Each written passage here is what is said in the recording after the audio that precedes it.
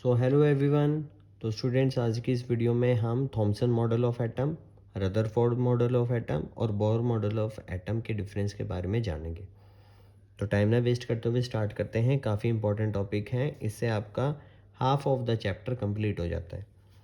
सबसे पहले बोलता है according to the Thomson model of atom, जो एटम है it consisting of a sphere.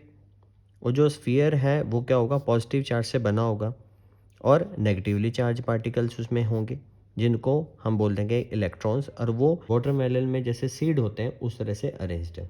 पूरा का पूरा स्फीयर है वो एटम को रिप्रेजेंट करता है, और एटम के अंदर आपको जो रेड पार्ट है, वो जो इटेबल पार्ट है, वो आपको मिलेगा पॉजिटिवली चार्ज पार्टिकल्स जो कि होंगे प्रोटॉन्स, और जो उसमें बीज होंगे जैसे सीड्स होते हैं वो होंगे इलेक्ट्रॉन्स।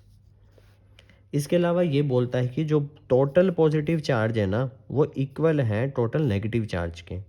यानी इन्होंने क्या बात की, जो एटम है वो इलेक्ट्रिकल न्यूट्रल है।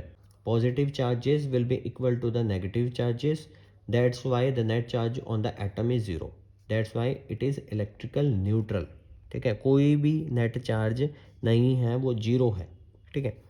लिमिटेशन की बात करें तो काफ़ी सारी चीज़ें हैं जो उन्होंने नहीं बताई। सबसे ज़्यादा लिमिटेशन तो यही है, थॉमसन मॉडल ने एक्सप्लेन नहीं किया alpha ray experiment of the Rutherford. Simple सी बात है, इतना बेसिक आइडिया दिया है उन्होंने एटम के बारे में, तो इसकी बहुत सारी लिमिटेशन बनती है, सिर्फ यही नहीं है। इसके अलावा ना उन्होंने पोजीशनिंग के बारे में बात की, ना उन्होंने ऑर्बिट्स की बात की, इलेक्ट्रॉन मूव करते हैं उनकी बात नहीं की, प्रोटॉन्स को बताया कि पूरे एटम में बिखरे हुए हैं, ऐसा भी नहीं होता। जो लिमिटेशन बहुत है तो यहाँ ज़्यादा फोकस नहीं करेंगे। अब बात करते हैं रदरफोर्ड मॉडल ऑफ एटम की। जो एटम है ना, उसके अंदर आपको क्या मिलेगा, very small positive charge nucleus. इसने बताया रदरफोर्ड ने कि एटम के अंदर क्या मिलेगा, एक छोटा सा न्यूक्लियस मिलेगा जो कि पॉजिटिवली चार्ज पार्टिकल से बना हुआ है। अब उस पॉजिटिव चार्ज पार्टिकल में सिर्फ प्रोटॉन्स नहीं है, वहाँ पे न्यूट्रॉन्स भी हैं। As it in the centre with negatively charge electrons revolving around it.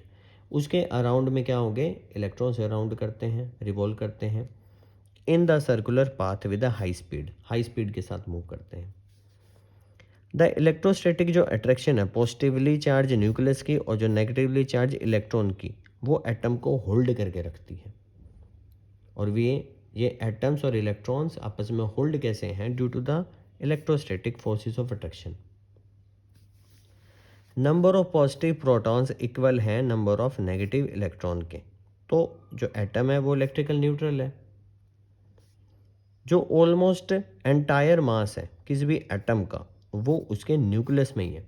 क्योंकि आपको पता होगा इलेक्ट्रॉन्स का मास प्रोटॉन और न्यूट्रॉन के कंपैरिजन में नेग्लिजिबल है, 1 नियर अबाउट 1800 टाइम्स कम है। तो आप यहाँ से इमेजिन कर सकते हैं, इतना कम होने के बाद वो जस्टिफाई नहीं कर पाएंगे एटम के मास को। तो इसलिए कहते हैं प्रोटॉन और जो न्यूट्रॉन आपके न्यूक्लियस में है, वही ऑलमोस्ट सारे के सारे मास को रिप्रेजेंट करते हैं एटम के। मोस्ट ऑफ जो स्पेस है रदरफोर्ड मॉडल के अकॉर्डिंग, वो क्या है, एम्प्टी। रदरफोर्ड मॉडल ने आपके एटम की स्टेबिलिटी के बारे में नहीं बताया। उन्होंने बताया कि जब इलेक्ट्रॉन्स मूव करते हैं सर्कुलर पाथ में, वो एनर्जी लूज़ करते हैं, और ऐसा भी हो सकता है वो एनर्जी लूज़ करते करते करते क्या होगा, न्यूक्लियस से टकरा जाए। ऐसे तो क्या होगा, अनस्टेबिलिटी आ जाएगी, लेकिन एटम तो स्टेबल होता है, तो इसकी लिमिटेशन थी। बोर मॉडल ऑफ एटम की बात करें तो ये कहता है कि जो एटम है it is made up of electron जो कि नेगेटिवली चार्ज हैं, प्रोटॉन पॉजिटिवली चार्ज हैं, और न्यूट्रॉन जिन पे कोई भी चार्ज नहीं है। Electron have negative charge, proton have positive charge and neutron have no charge, that's why the atom is neutral.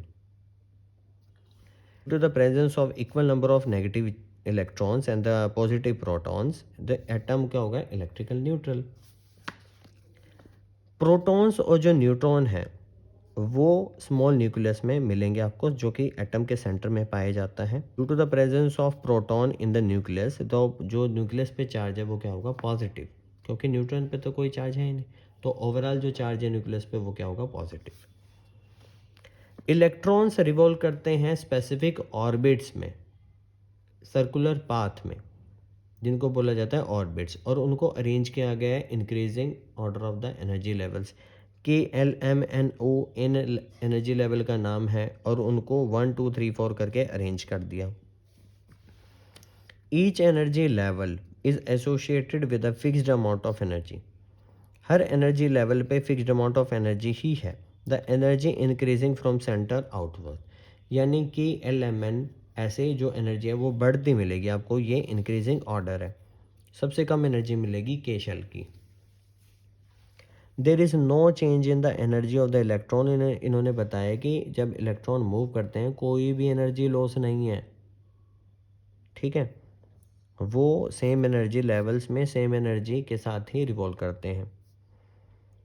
अब एडवांटेजेस क्या थे? Bohr model of atom explain the stability के बारे में बात कर दी। उन्होंने बता दिया कि इलेक्ट्रॉन मूव करते वक्त कोई भी एनर्जी लूज नहीं करते और वो सेम एनर्जी के साथ रहेंगे, तो ओवरऑल जो एटम है वो स्टेबल है। इसके अलावा थोड़ी सी इसके एक्सपेरिमेंट की बात कर देते हैं। अल्फ़ा रेस को गोल्ड फॉइल में से पास करा गया। ऑब्जर्वेशन थी, कुछ अल्फ़ा पार्टिकल्स डिफ्लेक्ट हो गए छोटे छोटे एंगल्स पे, और ज़्यादातर जो रेस है वो सीधी चली गई, कुछ थोड़े ज़्यादा एंगल पे डिफ्लेक्ट हो गए, और उनमें से कोई एक ही था, या फिर हम कह सकते हैं अप्रोक्सीमेट 12,000 या 20,000 में से कोई एक ही था जो कि बिल्कुल सेम पाथ से रिटर्न हो गया।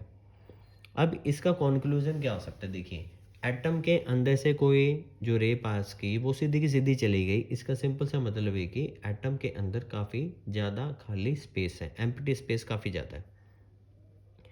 अब अल्फ़ा पार्टिकल्स का जो चार्ज है वो पॉजिटिव चार्ज, जब वो न्यूक्लियस के पास से जा रहे थे तो उनको क्या मिलेगा? रिपल्शन, और रिपल्शन की वजह से क्या होगा? Small deflection. कहीं पे ज़्यादा डिफ्लेक्शन है क्योंकि वो बहुत ही ज़्यादा क्लोज न्यूक्लियस से होके जा रहे थे, और वो अगर वो टकराते हैं तो वो बैक भी हो सकते हैं। एग्जैक्ट बैक होने का क्या मतलब है? कि वो बिल्कुल सेंटर ऑफ द न्यूक्लियस से टकराएं, इस वजह से वो बिल्कुल ही रिटर्न आ गए। तो ये बात थी रदरफोर्ड एक्सपेरिमेंट के ऑब्जर्वेशन और कंक्लूजन की।